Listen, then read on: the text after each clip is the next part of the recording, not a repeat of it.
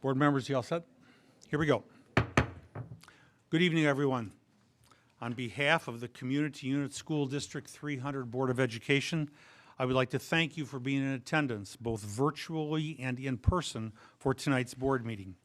At this time, I would like to reconvene the meeting of the Community Unit School District 300 Board of Education to order for Tuesday, December 17th, 2024. Madam Secretary, would you please take the roll? Burkett, present. Fiorentino, Present. Lamarca, Present. McKindy, Scarpino, Present. Thomas, Present. Zettler. You have 7 board members present. Thank you. Dr. Smith. At this time, I'd like to invite Mrs. Emily Varghese, principal from Lincoln Prairie Elementary School, and her students to lead us in the Pledge of Allegiance. Parents, come on, move to the front. Parents, move to the front so you can get your pictures and videos and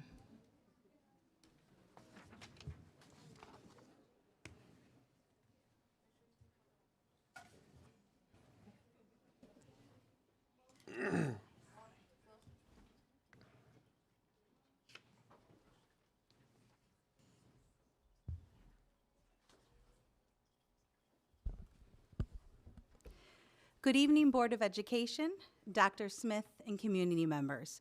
My name is Emily Varghese, and I am the principal of Lincoln Prairie Elementary School, and this is Melissa Beatty, our wonderful assistant principal of Lincoln Prairie Elementary School. The students standing before us tonight were selected for exemplifying exceptional qualities that make them stand out as leaders among their peers. Tonight, we are excited to have with us Hannah, Elise, Jaden, Anna, Zikora, Fabian, and Taylor. Each of these students has consistently demonstrated leadership, academic excellence, and the determination to overcome challenges with resilience and perseverance. They serve as role models, showing kindness, respect, and a commitment to fostering a positive and supportive environment for everyone around them. They embody the core values and characteristics of what it means to be a hawk at Lincoln Prairie, encouraging others to do their best and make a difference. Their dedication and achievements make all of us proud and highlight the amazing spirit of our school community. At this time, I ask all audience members to stand as they are able, and I ask all students to turn and face the flag and lead us in tonight's pledge. I pledge allegiance to the flag of the United States of America and to the republic for which it stands, one nation, under God, indivisible, with liberty and justice for all.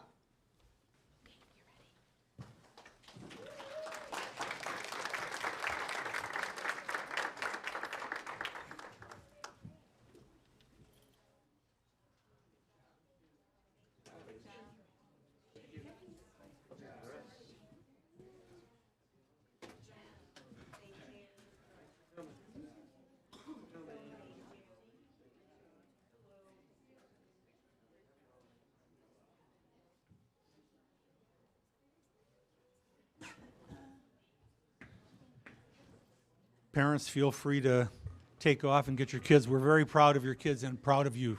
Good job, parents.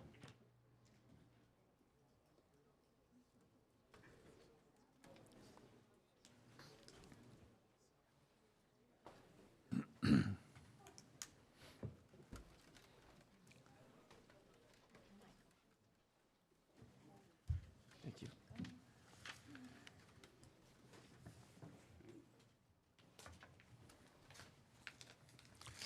Item number 5 is the approval of the agenda. There have been no changes to the agenda. May I have a motion to approve the agenda? So moved.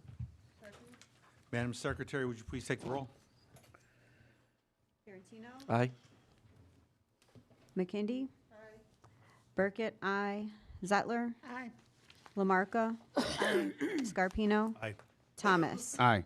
Motion passes 7-0. Thank you. Dr. Smith? I'd like to welcome Mr. Tommy Parisi, Director of PE, Health, Driver's Education, and Athletics to the podium to recognize the 2024 IHSA state qualifiers for high school fall sports. Good evening, Board of Education and Superintendent Dr. Smith. I'm excited to have the opportunity to celebrate and acknowledge our fall IHSA state qualifiers from our 3 high schools. Our coaches and athletes spend countless hours working with their athletes, and to achieve state qualification is no small feat. First, we will start out with Hampshire High School athletes. With us tonight are our golf and tennis state qualifiers. I would like to invite the athletic director, Mike Sitter, to share some of the highlights of their season.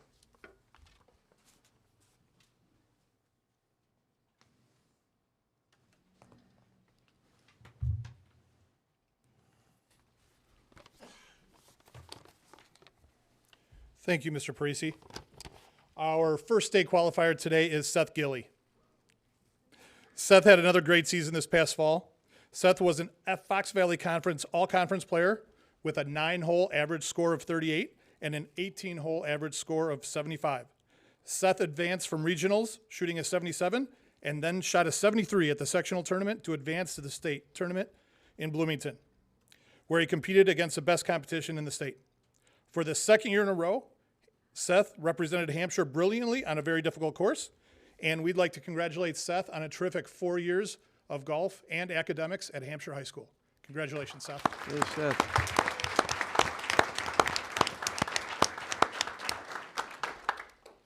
And our next state qualifier is Isabella Kowalik. Izzy had an incredible season competing on our high school team for the first time. She won 18 matches at first singles and completed conference play with a 7-1 record. She earned a top seed at the 2A Harlem Sectional, where she battled to third place, which qualified her for the IHSA state meet. Isabella finished the season earning Fox Valley Conference honors and was named first team All-Area by the Northwest Herald. Congratulations, Isabella, on a fantastic season.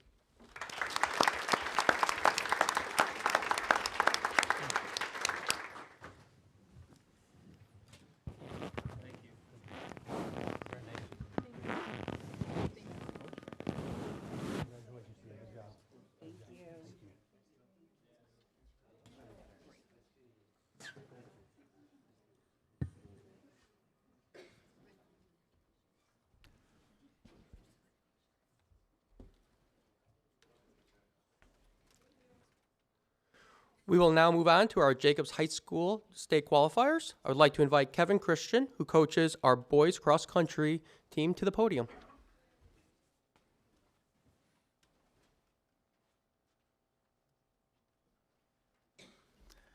All right, good evening, Board of Education and Dr. Smith.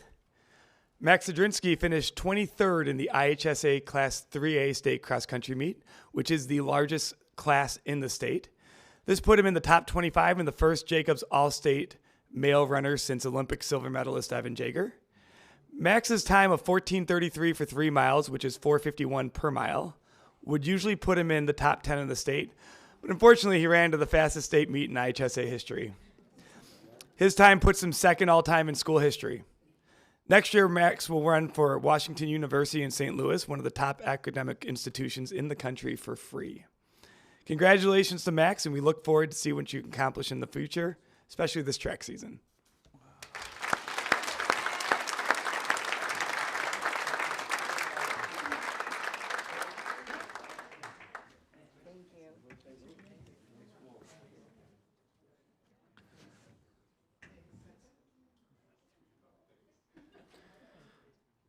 Next, I would like to invite the Jacobs High School football coach, Mr. Brian Zimmerman.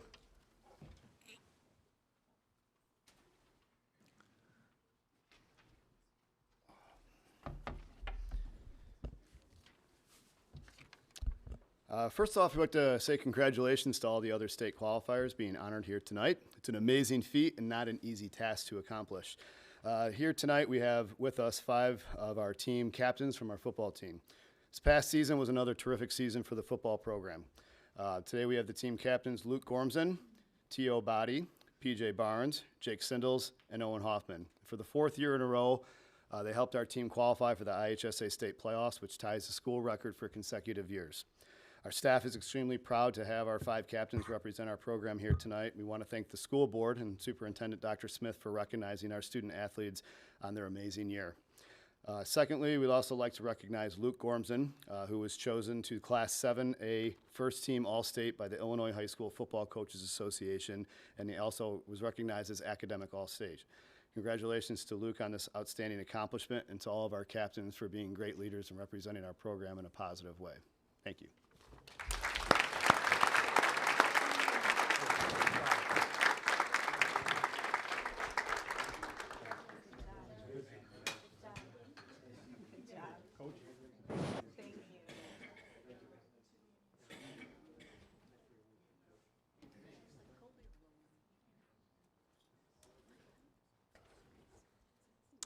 Lastly, we have our D300 co-op swim team, which is comprised of all three of our high schoolers.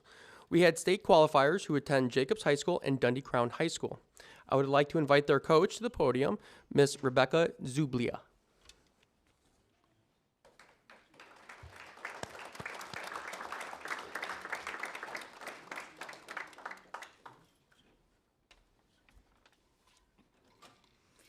Good evening, Board of Education and Dr. Smith.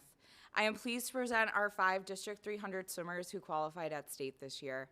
First, our medley relay of Rachel Johnson, Caitlin Tomaszewski, Maggie Nowak, and Ellie Nemi qualified and were able to claim 17th at the state meet. They shattered the 38-year-old Dundee Crown school record in this event set back in 1986 by 9 seconds. Next, we had Rachel qualify in her individual event of 200 freestyle, in which she claimed 17th at the state meet as well. This is Rachel's 3rd individual event to qualify in, as she had also qualified in the 100 free and 100 backstroke last year. Maggie Nowak qualified in her individual event of the 100 butterfly. She qualified for finals and finished 10th in the state in this event. She is the 7th female of Dundee Crown history to be a finalist at the state meet. She also broke the 21-year-old school record in this event by 2 seconds.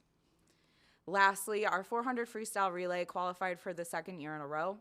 This year, the relay included Carly Prochalski, Ellie, Maggie, and Rachel. The relay also finished 17th at the state meet. They broke the Dundee Crown school record in this event, set in 2007, by a massive 15 seconds. I am so proud of all of their accomplishments that these girls have achieved this year.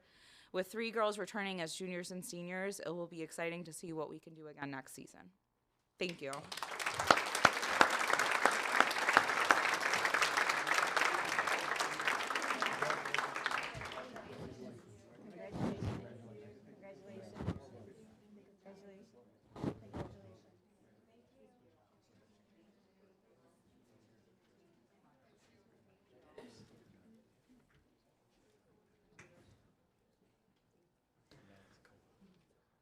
And that concludes our fall IHSA athlete celebration. I want to thank Superintendent Dr. Smith and the Board of Education again for your continued support of our athletic programs.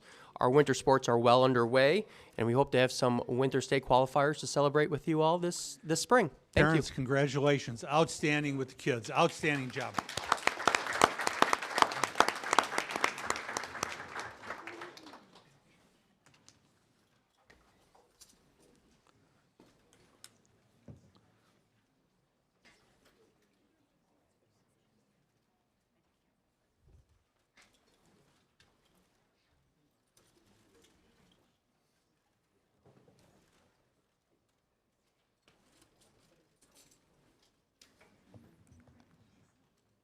For tonight's staff recognition, we have 4 staff celebrations.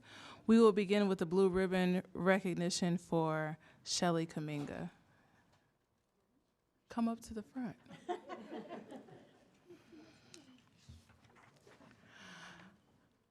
Okay, it's a lot to take in.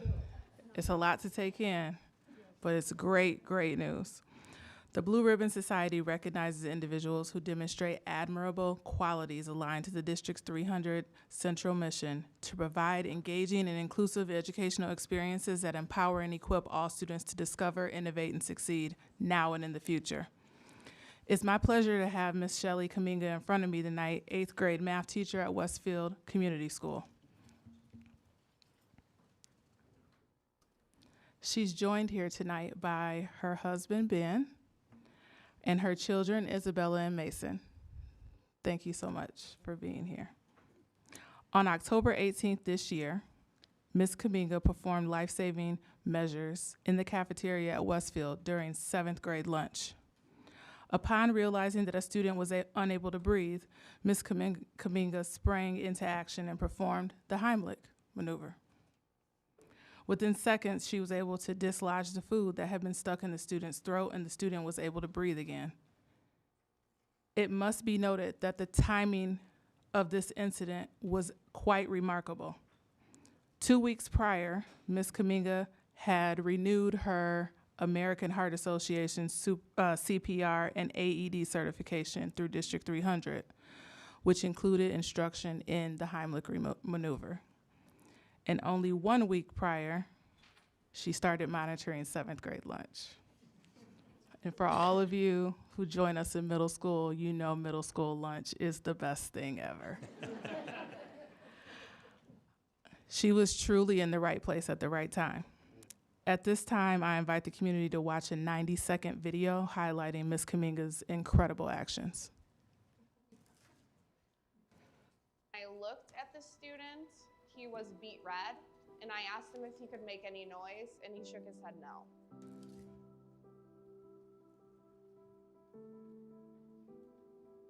The atmosphere during the event was just like any other day. The noise level was deafening.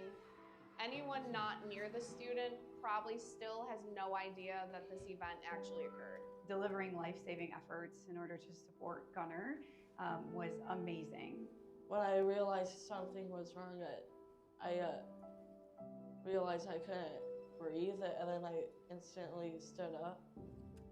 I knew to perform the Heimlich because he was unable to actually make any sound, so I knew he was choking on something. I couldn't talk. It was scary. And this was the first time that I have actually performed the Heimlich outside of training. Life-saving measures, don't typically need to be delivered or administered, but when they need to be, it's critical that there is staff in the building and amongst us that know how to support our students. I haven't had any follow-ups, but if I could, I would thank her for saving my life. Looking back, I'm extremely proud of the actions I took that day and my ability to save that student's life. On behalf of District 300, thank you for prioritizing the health and safety of our students. Tonight, we recognize you very proudly with the Blue Ribbon Society certificate and pin.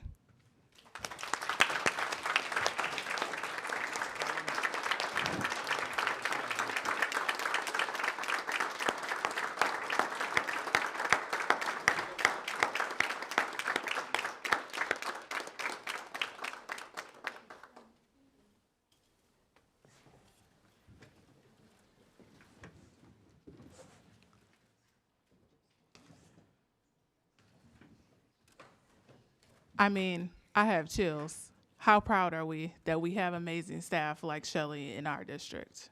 Let's give her another round of applause.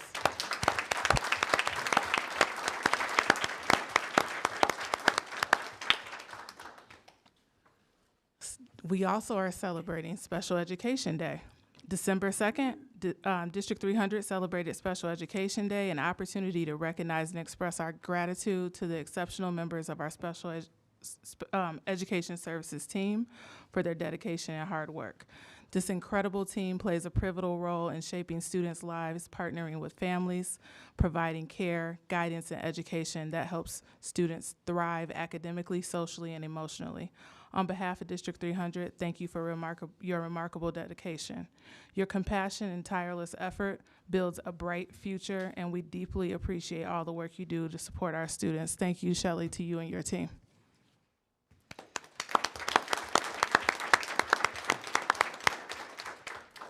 Computer Science Education Week. December 9th marked the beginning of Computer Science Education Week, an annual observance dedicated to inspiring students to explore computer science and recognizing the contributions of professionals in the field. In District 300, these contributions are made by our technology department, academic data team, and educational technology staff. Their expertise empowers students with essential computer skills and ensures the district's technology resources are used to their fullest potential. On behalf of District 300, please join me in thanking these dedicated staff members for their knowledge, skills, and commitment, which are vital to our student success and the district's continued progress.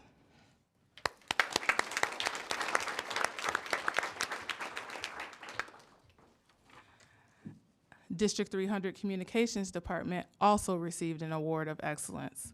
Congratulations to the District 300 Communications Department for receiving the Award of Excellence from the Illinois chapter of National School Public Relations Association, known as INSPRA. The award specifically highlights District 300's winter weather infographics, which were designed to inform parents about our winter weather protocols.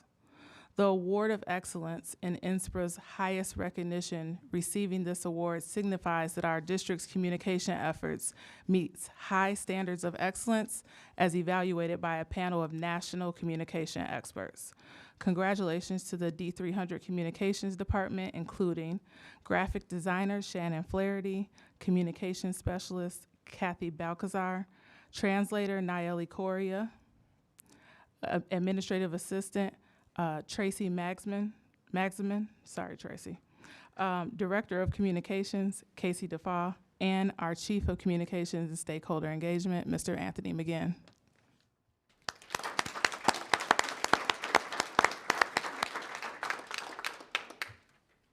Up next, we have Dr. Nikki Verkey here to introduce some of our DMS staff to speak to us about the career fair that they previously had. Good evening, Dr. Smith and Board of Education. I'm delighted to bring to you the outstanding DMS counselor group. They will be speaking to you about the resounding success that they had for their 6th annual career fair. I can't tell you how excited I am to share and highlight the wonderful things happening in our schools, and this is just one opportunity, so I hope I get to come back. I'd like to ask the following to join me: Jessica Jagailo, Amanda Hurley, Gwen Connors, Lauren Bowes, and I also want to recognize Deanna Bailey. She could not come here tonight. She was in Hampshire supporting her daughter at the choir concert. She wanted to be here, but obviously we recognize that being a mom is super important as well. So I'm going to turn it over to the team so that they can share with you all the amazing things that happened at the career fair.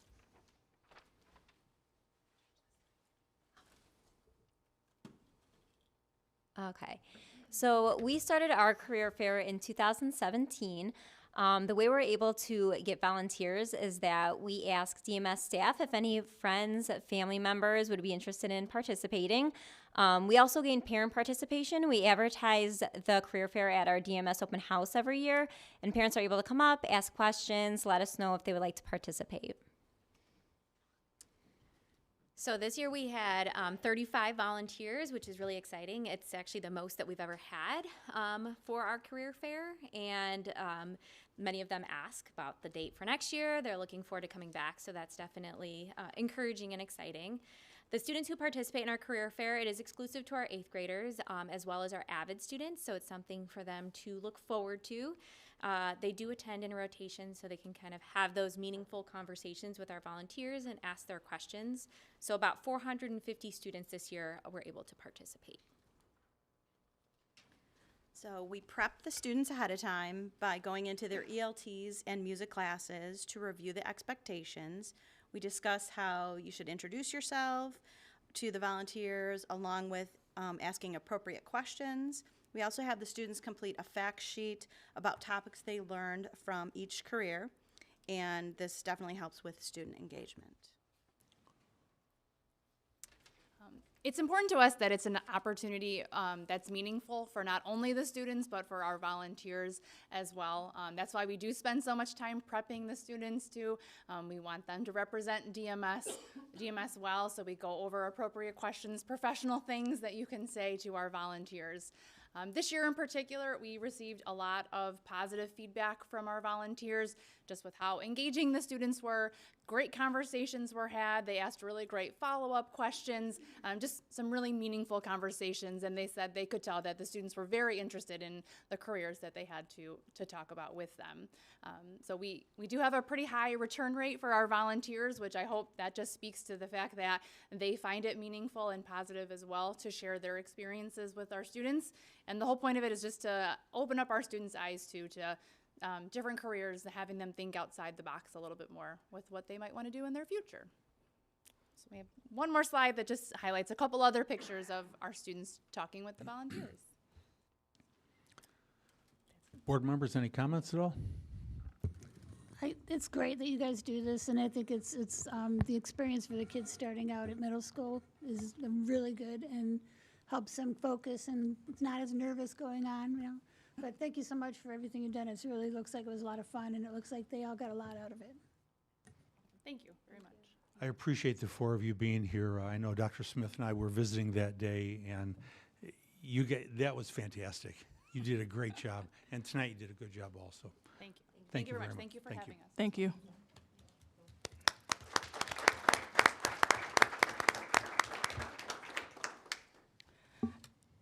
At this time, I'd like to invite Mrs. Kelly Manalfi, Assistant Superintendent of High Schools in Oak Ridge, to the podium to introduce our new principal of Dundee Crown High School, Dr. Asia Gurney. Good evening, board members and Superintendent Smith. I am pleased to introduce Dr. Asia Gurney as the next principal of Dundee Crown High School. Dr. Gurney began working in District 300 in 2015, and she is currently serving as interim principal of Dundee Crown. Prior to her time as the interim principal, she served as associate principal of Dundee Crown, principal of Carpentersville Middle School, and principal of Lakewood School. Dr. Gurney began her career in education as a special education teacher at Irving Elementary School in Maywood, Illinois.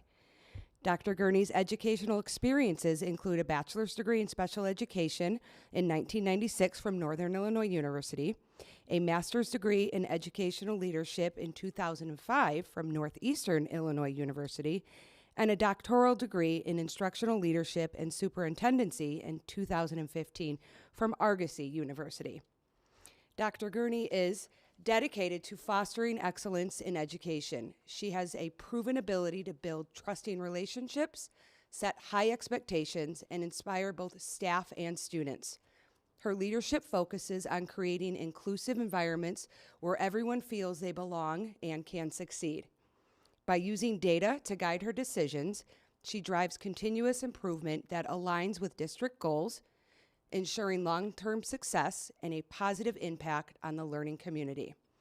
Dr. Gurney has provided excellent leadership and service throughout her career, and we are super confident that she will continue to be a tremendous asset to the Dundee Crown High School community. Please join me in congratulating Dr. Gurney as the next principal of Dundee Crown High School.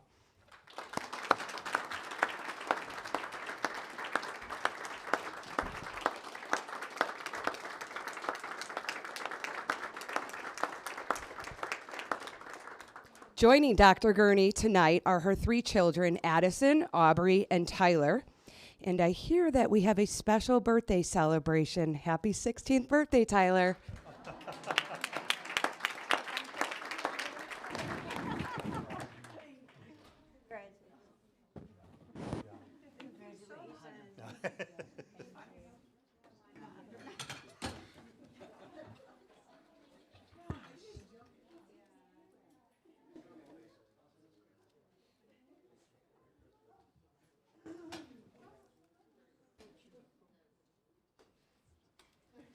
Yeah, folks, feel free to. We have a long meeting tonight, so feel free to.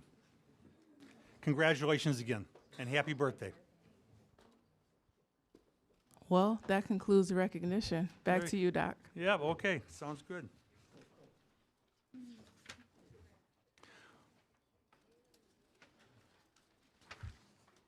For those who have watched our board meetings both in person and over the internet, you'll remember we have rules of decorum. These rules serve a purpose so we as a board can have a meaningful and productive board meeting. In order for this to occur, decorum must be maintained. The following are the rules of decorum. There's no need for anyone to call out comments during our meeting or to raise their voices, nor to interrupt a speaker or a presenter. We as a board will listen to you and we will be respectful.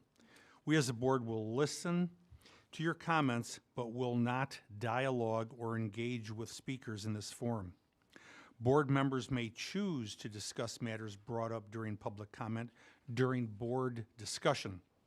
However, I need to remind everyone that this would be a board discussion, and the board will not dialogue or engage with anyone other than the superintendent and other board members.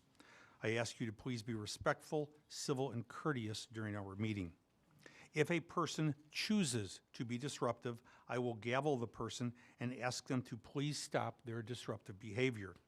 Additionally, our district safety officer or his agent may warn them that if they continue to choose to be disruptive, additional consequences will be forthcoming. If a person chooses to continue to be disruptive and not follow the rules, they will be removed from our meeting. This action is a direct result of the person's choice to be disruptive. We as a board will respectfully listen to each speaker. Just because we didn't vote the way some wanted us to does not mean we didn't listen or take into consideration what you had to say. Also, please remember, we all learn differently. Some of us take notes during presentations and therefore take our eyes off of the speaker. It doesn't mean we are not listening. Finally, I want to thank you in advance for your cooperation. The board and I look forward to a productive meeting. We've had one person sign up for public participation. I will call you up to the podium. Please state your name and relationship to the district and limit your comments to 3 minutes. Please note the following. The speaker has been provided with the guidelines for public participation. The board will consider your comments, but will not dialogue or engage with you in this forum. Questions raised may be assigned to the superintendent for an answer. As appropriate, a member of the administration may reach out to the speaker to give them relevant information or to ask for additional information. This is done to make sure the board has all the information needed to properly address the speaker's concerns. Charges, complaints, or challenges against staff members of the district will not be heard in open meetings and should be made in writing to the board and superintendent. We also ask that speaker refrain from personally attacking district staff or members of the board. Pursuant to board policy, this evening's participant must limit their comments to 3 minutes. We ask the participant to be respectful and adhere to the allotted time limit. We also ask the speaker to conduct himself in a civil and courteous manner and refrain from trying to engage members of the board in dialogue during public participation. Thank you for your understanding and your cooperation. Our first and only speaker this evening, Mr. Joe Cavallero.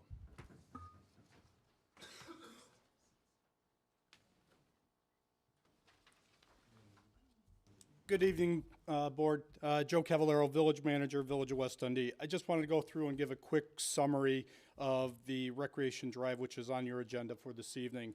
In September of 23, the village was presented a concept plan by Lennar for the residential development immediately east of Dundee Middle School. The initial presentation did not include any extension of Rec Drive. Based on my tenure with the village, I had a clear understanding of the difficulties and efforts between the village and the district regarding traffic control in and around DMS and the signalization efforts. Chuck Bombalis and I had many conversations about the alternatives, including the possibility of extending Rec Drive after the Park District constructed their improvements in 2010. The original Lennar concept plan was presented on October 3rd. At that time, I formally initiated the idea of extending Rec Drive and having Lennar construct the improvements to both the school district and the Park District. It was my effort to utilize the village's leverage in order to facilitate that potential public improvement construction along with the developer contribution. This was not a developer-driven project, nor was it a developer-driven obligation. The cost estimate subsequent follow-up in January of 2024 indicated a contribution by all three parties, the Park District, School District, and the village, and a contribution for the developer towards the improvement. The concept plan was presented to the district to facilitate a potential solution to the Dundee Middle School traffic problem. It was not something the village needed to do as part of the development. It was perceived that the village was asking for something that the school district received no benefit of, and using impact fees to address and contribute to a longstanding problem that has existed for years and still exists at Dundee Middle School. At the conclusion of 2024, the Operations Committee, the consensus from the board was not to support the concept. There were similar comments made by the Park District. The village continued to work through our final approvals and engineering with the development with Lennar, and the extension of Rec Drive was removed from the development plans and from the agreement.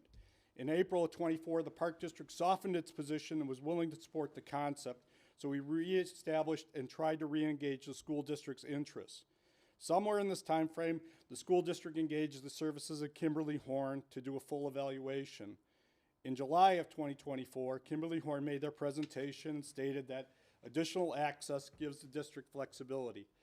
Shortly thereafter, the village board approved the annexation, zoning, and development plans, as well as the development agreement without a Rec Drive extension. In September 24, the village responded that we were seeking direction from the school district because we were not interested and willing to expend additional energy, resources, or staff time on the subject without understanding Thank you. the school district support. Thank you. The village is protected and Thank you. Thank you. Thank you.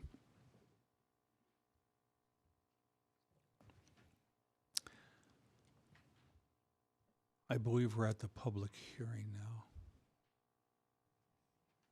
Thank you. May I have a motion to open the public hearing for the 2024 tax levy?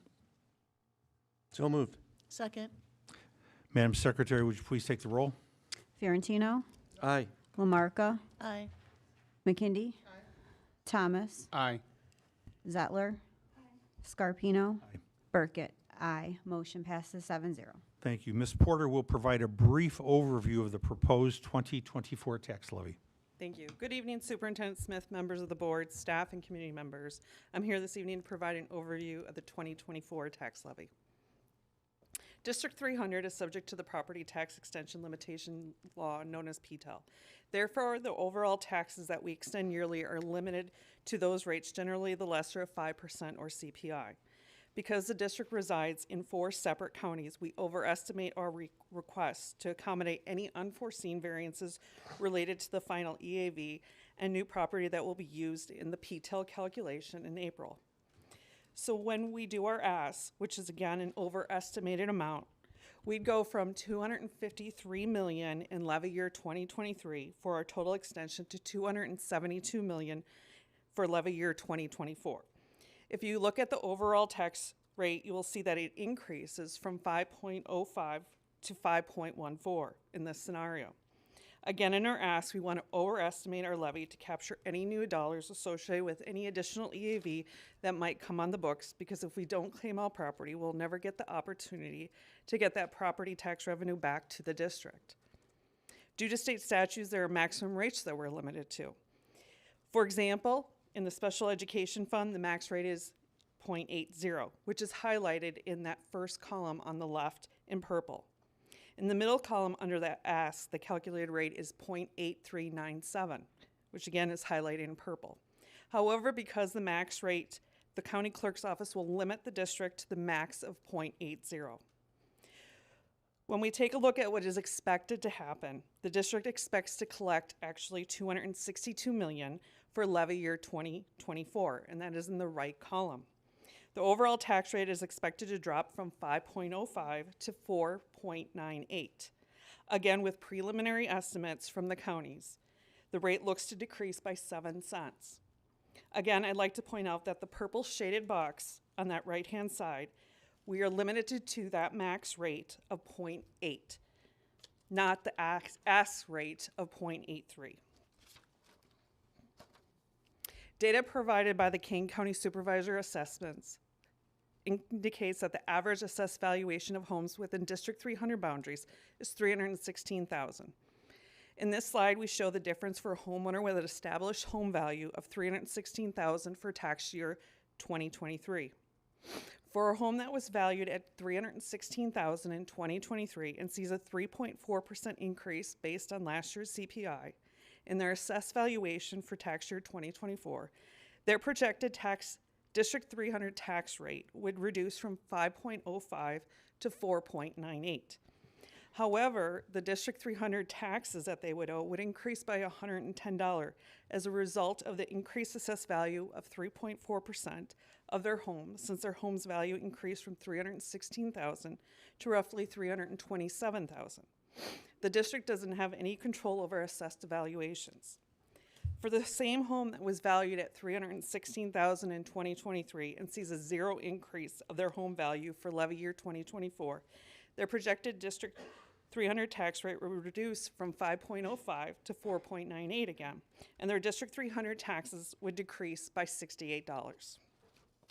Again, these figures are based on preliminary information that we have today and include the established homestead exemption of $8,000. The actual tax rates will not be known until April or May.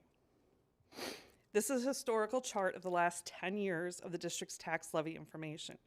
As you can see, the lowest CPI in the last 10 years was in 2016 at 0.7%, and the highest was the last 2 levy years at 5%. As a reminder, because we are a PTEL district, we are limited to the lesser of 5% or CPI from the preceding year. As I'll remind you, in tax year 2022, the CPI was actually 7%, but because of PTEL, we were limited to 5%. The district's EAV was at its lowest point in 2014 due to the recession, when home valuations declined. After 2014, the EAV has steadily increased up to $5 billion in levy year 2023. In 2021, you'll see that new property was at its highest at $212 million. And that was due to the Sears facility rolling back onto the tax rolls. The district's tax rate has continued to decrease since 2015, which has been good for all taxpayers. In November, the tentative levy presentation was presented at both the Operations Committee meeting and the November 19th board meeting. Both of these meetings are available to view via the district's Board of Education video archive page. At the November 19th meeting, the board approved the tentative levy resolution and authorized the district to post the required legal ad notifying the public of tonight's hearing. A requirement of the Truth in Taxation hearing is that the district must disclose the board's current cash reserve balance of all funds held by the district related to the operational levy and any obligations secured by those funds. Such details are available in the treasurer's report, which was included in tonight's packet. Later in this meeting, the board will be asked to vote on adopting the 2024 levy resolutions. Upon adoption, my office will then file the certificate of tax levy with all 4 of the counties.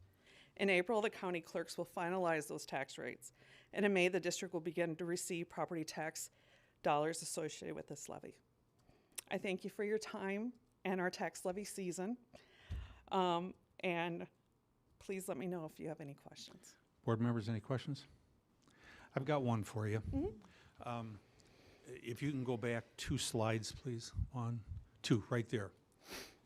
I'm a homeowner, and my home is whatever. Pick a figure. I could care less what it's valued at. And I hear you say that the rate goes down, but next year, we're pretending it's next year, all of a sudden my taxes go up. I don't understand. Please explain. It's because the market value of your home has increased, so the value has increased instead of remaining flat. Okay. And that is a question that we do get quite often. That's why I'm asking it, because that's what we get all the time. So, anything else, board members? No? Okay, thank you. Thank you. We will be voting on the approval of the 2024 tax levy and the resolutions later in the meeting under roll call items. Is there anyone who wishes to speak regarding the 2024 tax levy? We've had one person sign up. Mr. Tennis? Yes, sir.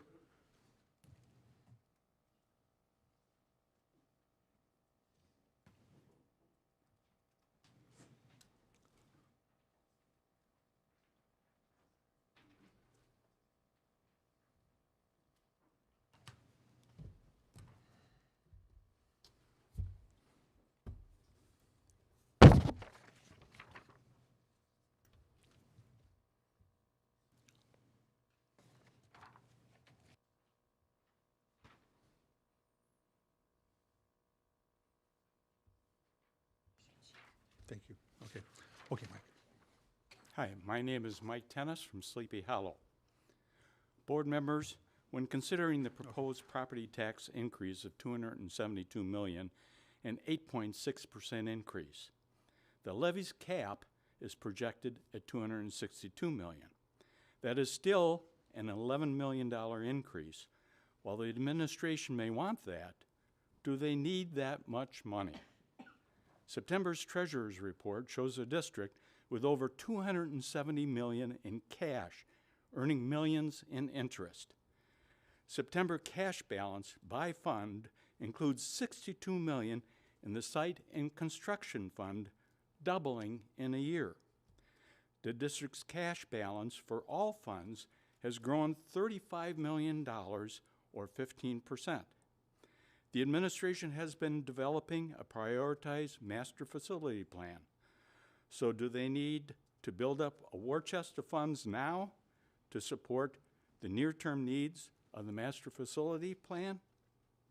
In the annual report statistical section on page 167 shows administrative employees grew from 127 in 21-22 to 147 in 23-24, up 20 administrators, principals, and department heads in 2 years. Yet student enrollment on page 169 indicates no change for a decade. School building information on page 174 shows the district schools are nowhere near capacity, operating at 70%. Big Timber Elementary, that opened in the fall of 2023, is operating at 35% of capacity. What is needed are some changes in boundaries to better utilize the district's facilities. The administration will argue for every dollar for buildings and bureaucracy. They will note that the tax rate has been trending down for many years, and compared to other county districts, District 300 is very efficient when it comes to use of tax dollars. The treasurer's report and the annual report tell me, an experienced financial person, that an $11 million tax levy increase is not needed. It is inflationary and needs to be scaled back by several $1 million. Merry Christmas. Thank you, Mr. Tennis. Is there anyone else who wishes to comment regarding the 2024 tax levy? Is there anyone else who wishes to comment regarding the 2024 tax levy? Is there anyone else who wishes to comment regarding the 2024 tax levy? Hearing none at this time, we are closing the public hearing. May I have a motion to close the public hearing for the 2024 tax levy? So moved. Second. Madam Secretary, would you please take the roll?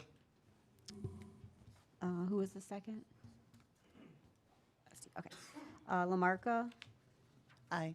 Fiorentino? Aye. Zettler? Aye. Scarpino? Aye. Burkett? Aye. McKindy? Aye. Thomas? Aye. Motion passes 7-0. Thank you. Dr. Smith? I'd like to have Tommy Parisi come back to the podium for an update about advertising sponsorship agreements. Good evening again, Superintendent Smith and the Board of Education. I would like to follow up on the December 10th operation meeting regarding our corporate sponsor for the Hinkle Holiday Tournament. The next slides will explain the board policy, the approval process, what a ticket e-store is, and the terms of the sponsorship. Sorry about that. Board Policy 826 states companies may purchase space for their advertisements in or on our athletic spaces, provided that the advertisements are consistent with the administrative procedures and are approved by the Board of Education. The approval process consists of building administrators and a central office designee to ensure the company and advertised materials do not disrupt the educational process, violate the rights and privacy of others, infringe on any trademarks or copyrights, and are appropriate for school. Building administration then works directly with the sponsor to determine the terms of the sponsorship. Terms include the what, the when, where, and how the advertisements are being displayed or distributed. Ticket eStore has agreed to an advertising sponsorship agreement for Jacobs High School for $1,500 to be an official sponsor of the Hinkle Holiday Classic Basketball Tournament. Ticket eStore is located in East Dundee and specializes in selling online tickets to professional sporting, concerts, and theater events. The terms of the sponsorship include a 4x6 banner provided by Jacobs that will be displayed in the Jacobs High School Competition Gymnasium from December 2024 through December 2025. A proof of the banner is right there. A temporary ticket eStore sign posted in the athletic entrance, competition gym, and field house for the duration of the Hinkle Holiday Tournament. Advertisements by Beacon Academy during the varsity tournament game broadcasts. Announcements made through the Hinkle Holiday Tournament announcing and acknowledging and thanking Ticket eStore as a sponsor. Acknowledgement of Ticket eStore in weekly social media graphics during the boys and girls basketball season. And finally, an advertisement for Ticket eStore will be announced at all home boys and girls basketball games. Is there any questions? Board members, any questions? I have one. Okay. So, and I'm just, we've heard a lot in the news about people who sell tickets and things like that in concerts, et cetera, et cetera. Are we confident that e-ticket store is legit and that they're not gouging people and things of that nature? From the best of our research, Google's reviews, and any kind of resources that you can find online for reviews, there's nothing negative that comes to light. Okay, thank you. Any other board members? Thank you very much. Thank you. Okay. Mr. John Hummel will now give us an update on space utilization and capacity.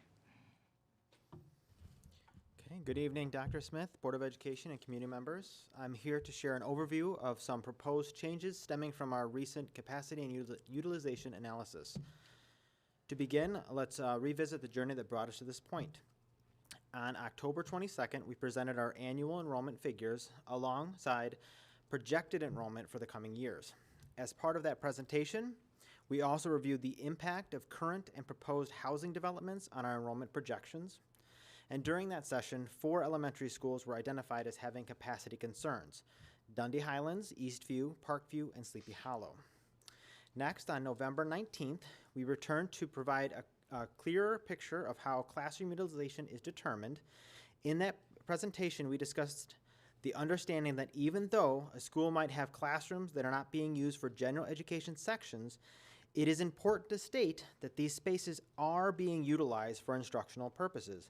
For example, and this is not an all-inclusive list, music, art, and STEM. And then finally, on December 10th, we convened a large boundary committee meeting to delve into potential solutions. The feedback from this meeting has informed the recommendations we're presenting you tonight. The first proposed change involves the transfer of 2 self-contained special education sections from Sleepy Hollow Elementary School to Algonquin Lakes Elementary School. As highlighted in our previous presentation, Sleepy Hollow was flagged as a school facing capacity challenges. Moving these 2 sections offers a targeted solution with minimal impact on the broader student population.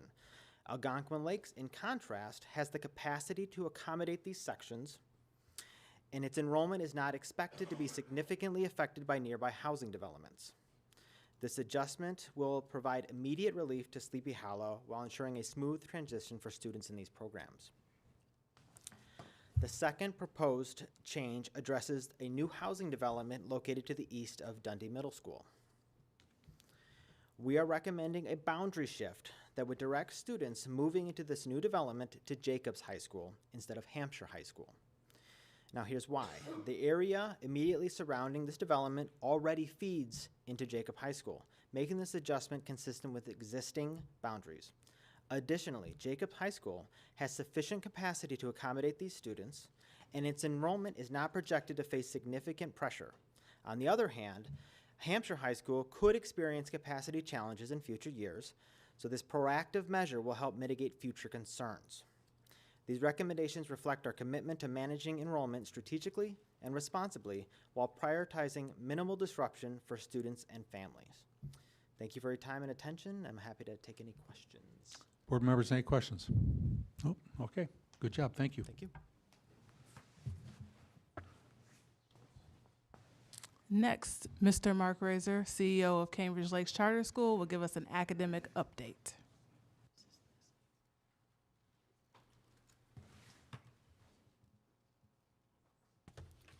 Good evening, Board and Dr. Smith. Thank you for having us tonight. Accompanying me tonight are some of our board members of NKEC and some of our executive team members.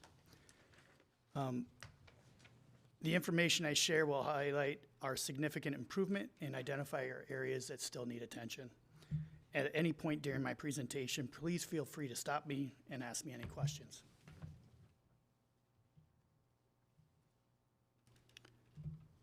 In reading, we grew 17 points in the area of meets and exceeds from 2023 to 2024. In 2023, CLCS was at 28.9% meets and exceeds, and prior to that, we were at 25.5%. I would be remiss right now if I did not give the proper credit to Dr. Bill Doran, the former CEO, as the data that I'm sharing this evening is a culmination of his 3 years' work at CLCS. In math, we remained static in our meets and exceeds data, but we did see growth in our areas of approaching the benchmark by 6.5% between 2023 and 2024.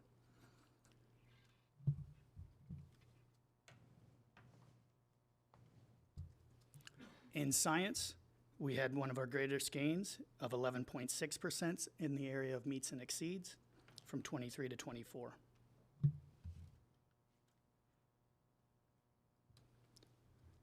So to summarize, our notable academic progress was made in reading. We had static or nominal progress in mathematics, and notable progress was made in science. In 2024, in the current school year, what we are looking to do is continue and implement our curricular resources. So what you saw was a bump in reading due to the science of reading and our teachers engaging fully in that curriculum. In math, we are in our second and third year of implementation of our different math resources, one being Ready Math and the other one being Illustrative Math. And we are continuing to work with those corporations to have them come in and train our teachers. In addition, we've hired a math interventionist. We've increased our math intervention time at the upper school, and we are having instructional coaching geared toward our mathematics teaching. In addition, we are expanding our MTSS model and our PLC model for the entire school.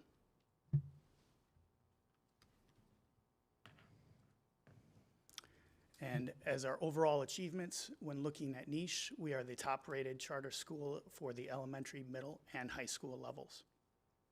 So between last year and this year, during our hearing, you can see that there has been significant academic progress at Chambers Lakes Charter School. What questions do you have, if any? Board members, anything? Would you by any chance have this data breakdown by demographics? Yes, it is in our school report card. Would we be able to get a copy of that? Yes. Any other board members have any comments? Nancy? So I have a couple questions about your claims on the overall achievements. Let's start with the CUSD 300, number one, elementary, middle, and high school. Where does that information come from? Niche. Okay. So all of this is off of Niche's website. And Niche gets their information where? They triangulate it from different data sources, whether it's the school report card for the state of Illinois, and then they also take in the different ratings that are from other entities, and then they take in the ratings and responses from parents as well. Would you agree with me that it's really a marketing tool? I would agree that District 300 also uses Niche, and many school districts do use Niche, yes. Okay. Have you looked at the statistics and information for all of the schools within District 300? I have looked at like comparables, correct, yeah. Okay. Would you agree with me that there are schools in this, elementary schools in this district that have been rated exemplary by the state? Yes. And you guys have been rated commendable, correct? Yes, we are 6 points away in the aggregate from exemplary. Okay.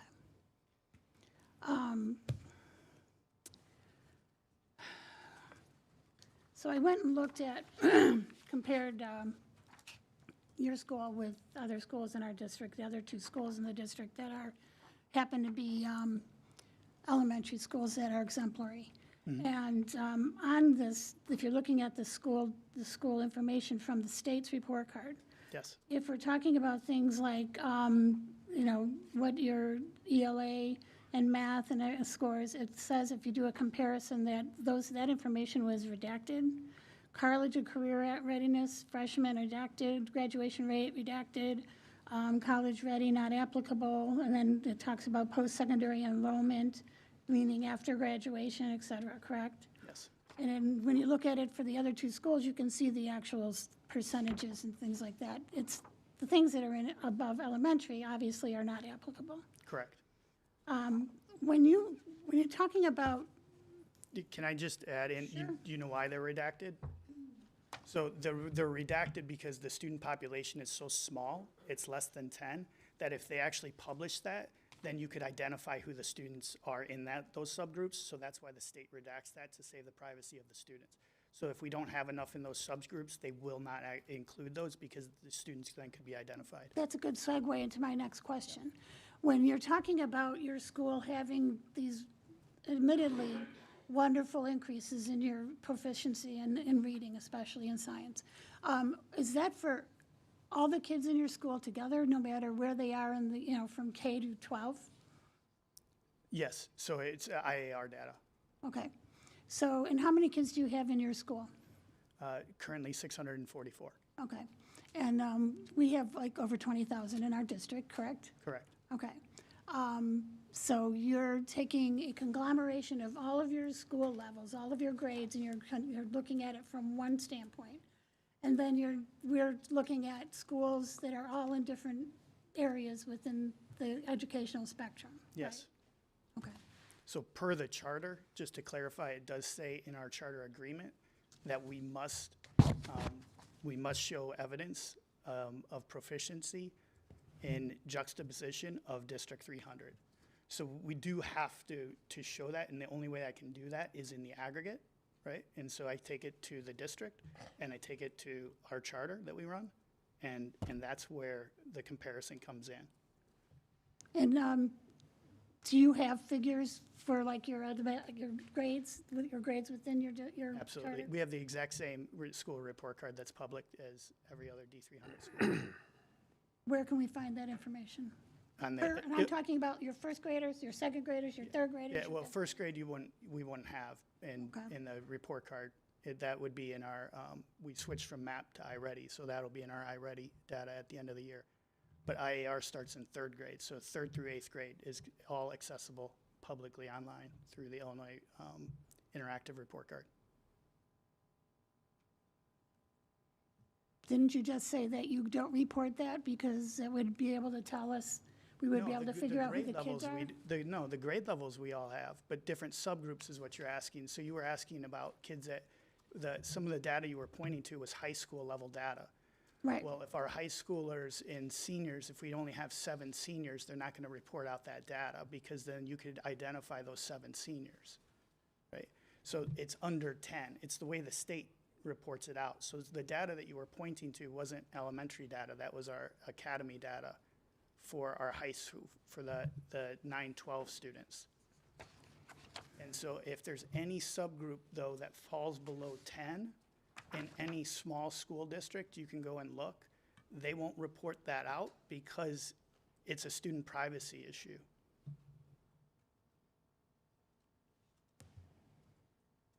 But all the rest of our subgroups, anything that's above 10 is all public knowledge, is all there. So I don't get the data for those smaller subgroups either.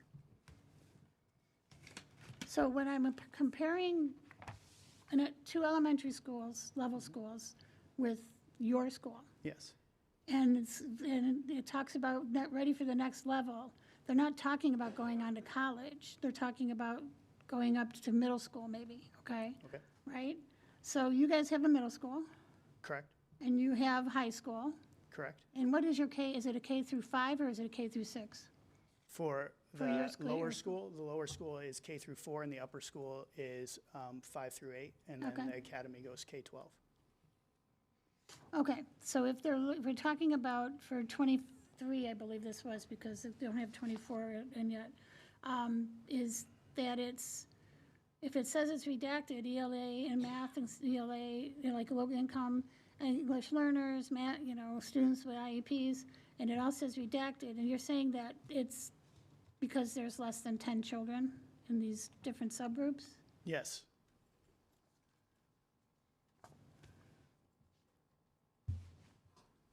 So in our certain grade levels, that will show that, and then you'll see in other grade levels, it won't show it, right? So I mean, I'm visualizing the different pages right now that are on the interactive report card, and I had the same questions, and then I went through and I was like, okay, well, this makes sense. I know I only had, 4 kids that would have qualified for that, right? So it protects those students. In some of your smaller schools, if you have less than 10 students with IEPs, they're not going to report that data out for them, right? And so you'll see that more often than not. So so you're saying that if I go back on there and I look up your second grade? Well, you can't see second grade because it's only third through eighth that gets tested, but yes. Okay, So so third any grade grade. level between third through eighth. Okay. So I can find that on there is what you're saying? You'll find our through- grade level data, correct. Okay, I'll look again, but I didn't see it and I looked. I'm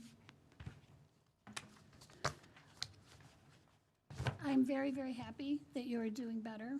Can you give us an example of what you believe has, and like a specific example of what you believe has helped you make those advances in your reading levels? I do believe that it had the biggest impact was our teachers. At the end of the day, that they bought into the science of reading and truly took it on, instead of just saying, okay, this is just something, that's in vogue. The science of reading goes back to phonemic awareness, right? So it's bringing us back to grammar and spelling and phonemic awareness, the foundational skills, and moving away from what was in vogue for 20-some years of whole language learning, which caused a great decrease in literacy across our country because of that. And so most educators that taught English understood that that was not the best way. And so our teachers really worked hard over the last 2.5 years with our students to be able to do that. When did you implement science of reading? 2 years. We're in 2.5 years now. Okay. Into it, yeah. All right, thank you. Thank you. Any other board members? Yes, Mr. Fiorentino. Mr. Razor, thank you. I've had a good fortune of meeting with you and your team, I think quarterly now, and before that, Dr. Dorn. I really appreciate your willingness to be open, transparent with us. I sit on that with one other board member.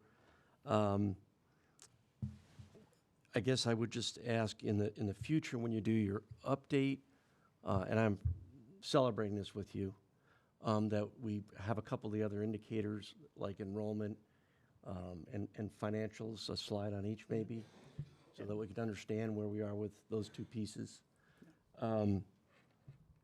What is the enrollment difference over the Last year we were at year or two? 617 Okay. in June, and we're at Is it 644. 644 now? Thank you. And our audit was approved last night, and so that'll be sent on in the next coming days to Ms. Porter and Dr. Smith. Great. To file the financials. So I just want to conclude by saying congratulations. You, your staff, your team, your board, well done. I think you're doing great things. Thank you. Thank you. Any other board members? No, I want to echo congratulations. I will speak personally. I'm one board member. We have in our school, as Ms. Zettler talked about, large district and everything, but let's compare Eastview Elementary School, Correct. which is a nationally recognized blue ribbon school. I think coming to a school board meeting and making a statement that at the state level, you're the #1 best charter elementary, middle, and high school in Illinois, that's a hell of a statement. It really is. The top 8% for best college prep and for public schools in Illinois. I would say that we can also brag about schools in our district. We could take Hampshire Elementary School, which has, Dr. Smith, what do we have? 400, 500 kids, something like that? Just under 500 Just kids. under 500 kids there, and they have achieved the, the Excellence Award also. And so I would urge you, listen, when I was principal of Hampshire Elementary School, I would come here, I would have my kids say, you're at the #1 school in the district. I would do that, and the kids loved it. You remember it? No, heck yes, you do that. I appreciate it. I do. I know you have team members back there. I would just urge you, you could sing your praises, but if you're going to come here, we have a blue ribbon school. You do. We have schools that are also at the excellent level. Correct. Which one of our board members said that you're not at. So we could brag too. That's all. I mean, great job. I appreciate what Dr. Doran did, and you've now inherited that. Yes. And the science of reading, I echo that. It's about time that we do that. It really is. Yeah. So, great job, and kudos to you. Okay. Okey doke. Thank you. Thank you. That concludes the superintendent's report. Okey doke. Item 10, board discussion. Any updates with the board committees? No, anybody? Yes, go ahead, Christine. The next Operations Committee meeting will be January 14th at 4:30. So, again, we urge everyone to attend those meetings or watch them because that's where a lot of discussion happens around the things that we then vote on nights like tonight. Okay. Any other board discussion at all? No? Dr. Item- Scarp, I just want. Yes, sir. maybe- Yes, sir. Maybe we don't do it this time. but Oh, okay. At some point in the near future, let's talk about the resolutions that the ISB report out to the community, what passed, how did they go along with what we suggested, et cetera, et cetera. Oh, go right ahead. You can do that now? Go right ahead, sure. Take a Board moment, that discussion. would be wonderful. Sure. Sorry, next meeting. You took it out of your bag? I took it out of my bag. Okay. Okay, so we will have that on, Yeah. Dr. Smith, let's have that on for the next board meeting. Okay? It'll be on there, and I'd like to just give a little summary from our team who attended as well. Okay. Sounds good.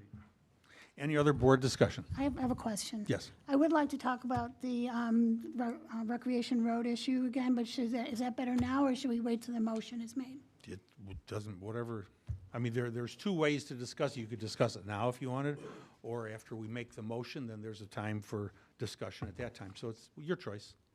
Let's do it when we make the motion. Okay, that's fine. That's fine. Anything else? Any other board members? No? Okay, item number 11, the consent items. Do I have a motion to approve the consent items? So moved. Second. Madam Secretary, would you please take the roll? Fiorentino, Aye. Scarpino. Aye. Burkett, aye. Lamarca, Aye. McKindy, Aye. Thomas. Zettler. Aye. Motion passes 6-0. Thank you. Item 12 are the roll call action items. 12.1, approval of advertising sponsorship agreement. Do I have a motion for the approval of the advertising sponsorship agreement? So moved. Any discussion? Madam Secretary, would you please take the roll? Zettler, Aye. Thomas, Scarpino, Aye. Burkett, aye. Lamarca, Aye. McKindy, Aye. Fiorentino. Aye. Motion passes 7-0. Thank you. Item 12.2, approval of time and materials bid. Do I have a motion for the approval of the time and materials bid? So moved. Second. Any discussion? Madam Secretary, would you please take the roll? Zettler, Aye. McKindy, Aye. Burkett, aye. Lamarca, Aye. Thomas, Fiorentino, Aye. Scarpino. Aye. Motion passes 7-0. Thank you. Item 12.3, approval of general liability / workers' compensation insurance contract extension. Do I have a motion for the approval of the general liability / workers' compensation insurance contract So moved. extension? I'm sorry, so moved. Second. Any discussion? Madam Secretary, would you please take the roll? Zettler, Aye. Scarpino, Aye. Thomas, Fiorentino, Aye. Lamarca, Aye. McKindy, Aye. Burkett, aye. Motion passes 7-0. Thank you. Item 12.4, approval of instructional and office supplies contract extension.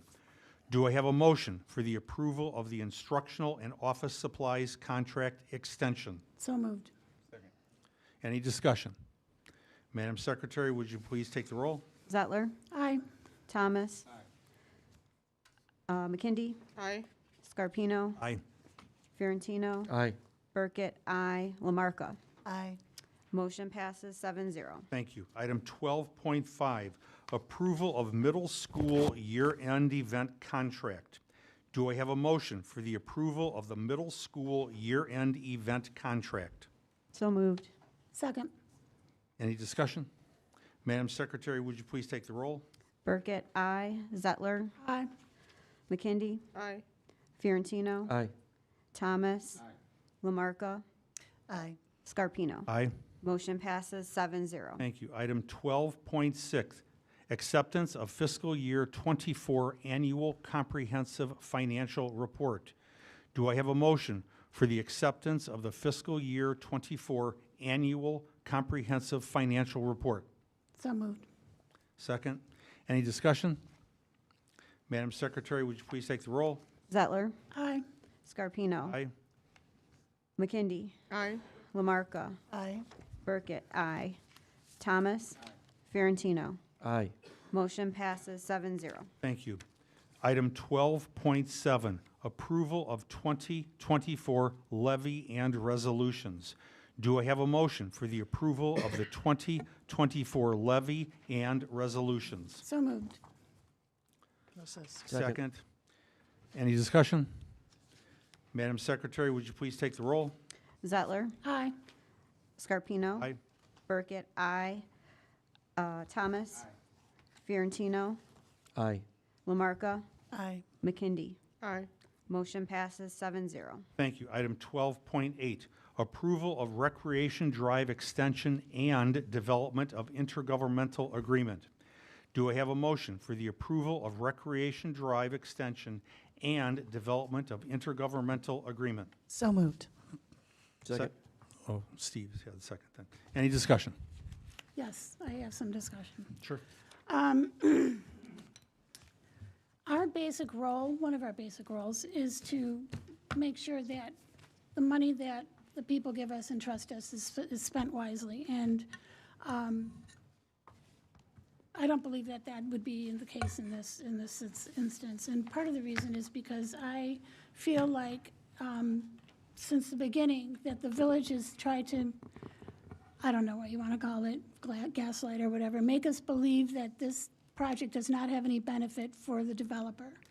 And first of all, common sense tells us, anybody who lives in this area and has ever driven on Higgins Road tells us that it is horrible when it comes to traffic, in particular during the day when the kids are being picked up and dropped off, et cetera, multiple times, you know. Also, you know, I went back and I looked at, you know, we've been given some documentation, and Mr. Cavallaro has made some comments to us over the past year. But I went back and I looked at some of the information that's actually contained on the West Dundee website, and most pointedly, things that happened in their meetings. And on September 11, 2023, there was a preliminary discussion about the project. And people that were at that discussion and were making the presentation were a couple of people from Lennar. And one of the questions that was raised during that discussion was from the trustees who were concerned about the traffic on Higgins and how it would impact the development. One trustee, Trustee Johnson, brought up how heavily trafficked Route 72 already is in and around Dundee Middle School, with cars lining up on Main Street before and after. In response to that, a gentleman named Mike Stockwell from Lennar said that Lennar was working with IDOT for a secondary entrance north off of Recreation Drive. So to me, this shows that they not only knew that it was an option and that they had a problem, but they were actually looking back at that point in September of 2023. They were looking at seeing about getting it taken care of by extending Recreation Drive. Since then, we've been told multiple times that they weren't interested, it wasn't going to be any benefit to them, and they were basically doing this out of the kindness of their hearts. I went and found the meeting where the ordinance was approved that actually approved the development and gave them the go-ahead to do all the work they had to do and get started and everything. And I looked at the documentation that was attached to that ordinance, and the two different versions of a preliminary plat not only had the road, but it also had it attached to going into the development in July of this year. That happens on several documents. Some of them are directly going in. Some of them have what's called a hammerhead turnaround, which gives them access not only if they wanted to, and I believe they do, and I believe they will, not only go north to Recreation Drive, it also gives them the option to go south down to Higgins. So everybody who knows me knows that I can't stand TIFs. And the reason I can't stand TIFs is because the money that is supposedly meant for us, for our schools, for our kids, from our taxpayers, a lot of it is taken from us and diverted to projects that are related to developers. Not in this particular case. But when that happens, that means that more money is diverted by the villages out of our coffers to their coffers, the developers' coffers. And, you know, I know for a fact that there's a big TIF project that they're getting ready to undertake, and they're probably in the process of already doing it, that involves rehabbing and redoing Spring Hill Mall, and that's going to be millions and millions of dollars. And a large portion of that money, over 23 years, is going to come from the school district. And now they're telling us that this developer doesn't want this, that this isn't something that they should pay for, and they don't want to pay for, and they're not going to pay for it, but we should because they think we should. Now, I agree that at Dundee Middle School, we need to do something about the parking issues and the traffic issues, and I think that the traffic studies that we did show us that we do have a way to take care of that, at least up till now. And that does not involve the road. I also believe that if the best they can say about this in the future is that it may help us with some parking issues later, but if that road goes in, the people are going to use it at Reserve on Randall Road and in this new development, and they're not going to want cars sitting on there either. Plus, as far as an emergency entrance, we already have 2 emergency entrances off of Higgins. The closest fire station slash EMS slash police station to DMS is down the road on Higgins.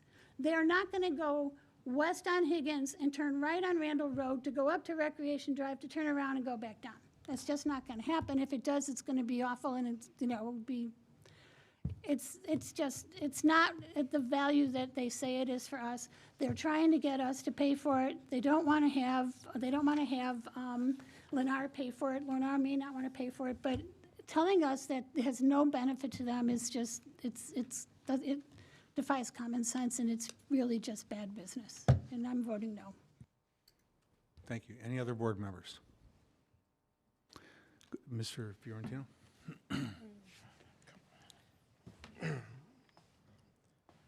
I'd just like to read from the board packet, if I could. I know sometimes we miss certain things that were sent. And I quote, "We recommend the board approve District 300's financial contribution to not exceed $205,000 funded through anticipated impact fees generated by this development." So as I look at, and I try to simplify this, I think we've made it a little more complex than it needs to be over the past almost a year.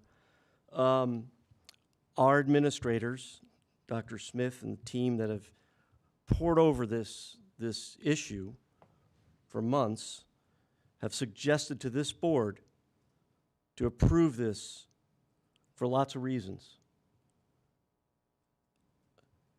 Ms. Zettler said it well, that this is not a TIF, right? This is a partnership between taxing bodies, and we have the ability to create something that allows entrance and then exit to our school.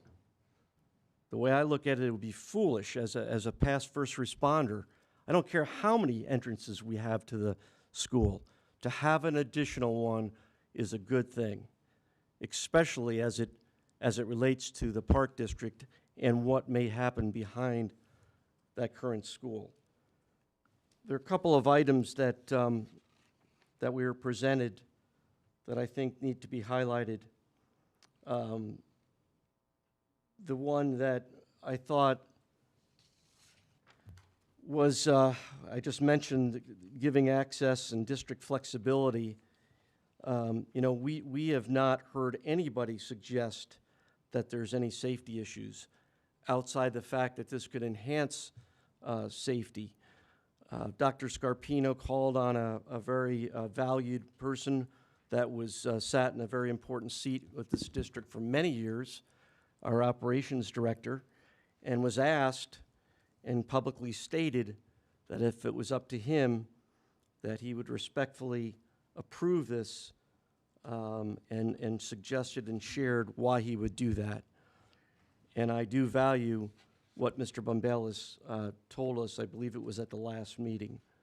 So I'm voting in favor of this. I'm voting in favor of it for multiple reasons. I believe the 200 and some odd $1,000 would be money well spent for our staff and our students.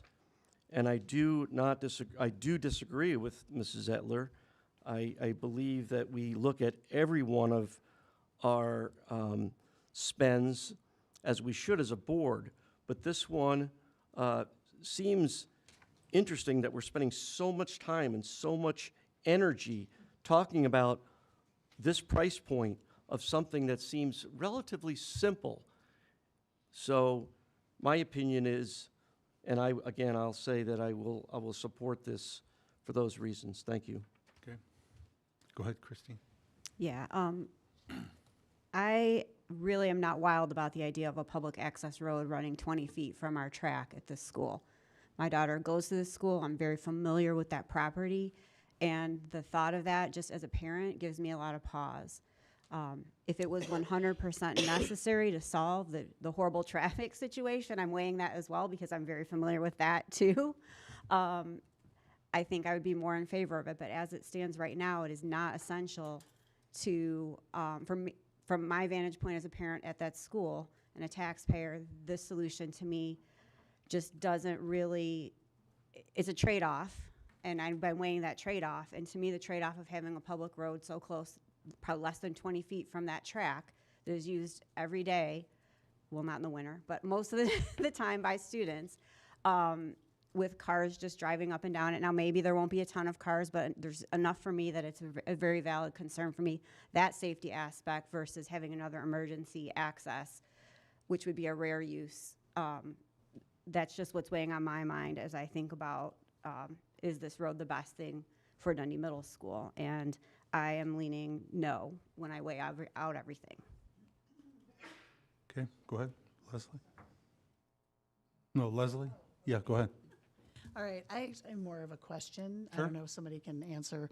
I mean, I think it's a pretty simple question, but in response kind of to what Ms. Burkett just said.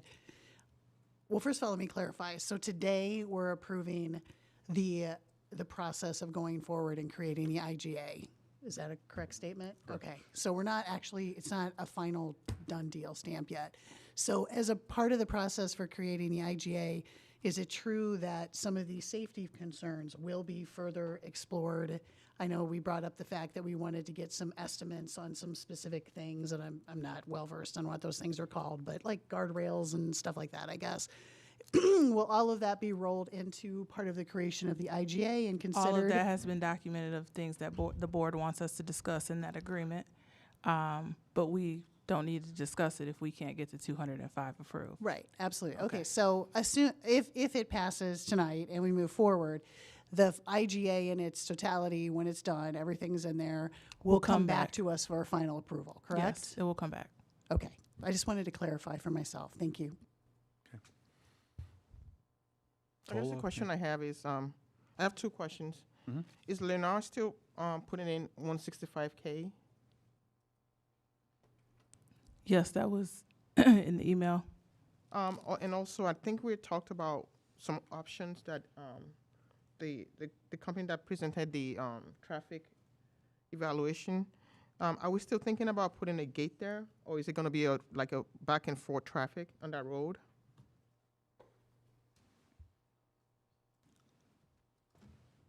Yes, regardless of what option would be, we would put a gate. Currently, the gate would remain. There is one right now, but it would. There are two gates right now. Yeah. The road itself would be a public access road up until the corner of the school where the gate would remain. Correct. The gate that is currently down on the gravel road that, like at the north end of our property, that gate would be removed and public can drive all the way through, down along the side of the track, nearer to the edge of the school, into that development. That's what So my there'll be a true traffic from Randall all the way to 72 on that road? Correct. Not through our property. Yes. But it would be going through that subdivision. Am I explaining that correct? Okay. Yes. Do you understand, Tola? I'm not sure. I Here, understand it would go down to the, here. Any other board members have any comments, questions? No? Ultimately, this is my opinion, ultimately, the DMS Recreation Drive project is a partnership between the developer, the park district, the village, and the school district. It is also recommended by our superintendent. Partnerships are often mentioned by Dr. Smith when talking about the district to various stakeholder groups. Most recently, partnerships were mentioned at the Leadership Council meeting held on December 11th here in the district office. The graphic the superintendent uses to show this partnership depicts 3 anchors. Each anchor has a title. One anchor is titled Student Voice. Another anchor is titled Professional Learning Communities. And the third anchor is titled Strengthening Partnerships. The entire slide is titled District 300 is Anchored In. Hopefully, the same board members who are opposing and voting no on the DMS Recreation Drive project will put in the same amount of energy into the Westfield Road project, which has a projected cost in the vicinity of $2.5 million. I guess the public will see and hear which board members support developing partnerships with our villages, park districts, and developers, along with supporting the superintendent. The public will also see which board members do not support developing partnerships with our villages, park districts, and developers, and do not support the superintendent when we call for a vote on this matter. Thank you. All board members have spoken. Do I have a motion for the approval of Recreation Drive extension moved. and development of international agreement? Second. Any discussion? We've already had it. Madam Secretary, would you? Can I say another thing based on what you just said? Well, we've already had discussion. And you said any other discussion. Fine, go right ahead. If I vote no on this is first of all very different from Westfield Road. That's a privately controlled road. So I want to make that distinction. That would be gated, and that would not be a through thoroughfare for anyone of the public to drive through. So my safety concern is very different in that instance than this instance. And I don't think it's fair to say that they're apples to apples. So I just wanted to go on the record stating that. And we are all entitled to a vote that represents what we think. That does not mean I don't support our superintendent or the community partners. I just have a different vantage point as a parent of a student at that school who, frankly, when hearing about this, is scared at the idea of cars driving past the school where she is outside for recess, or not recess, for PE. So that's the vantage point that I'm looking at this from as a parent of a student who goes to that school who has very valid concerns. I don't want to get alarmist about it, but I think those are valid concerns in this day and age as well.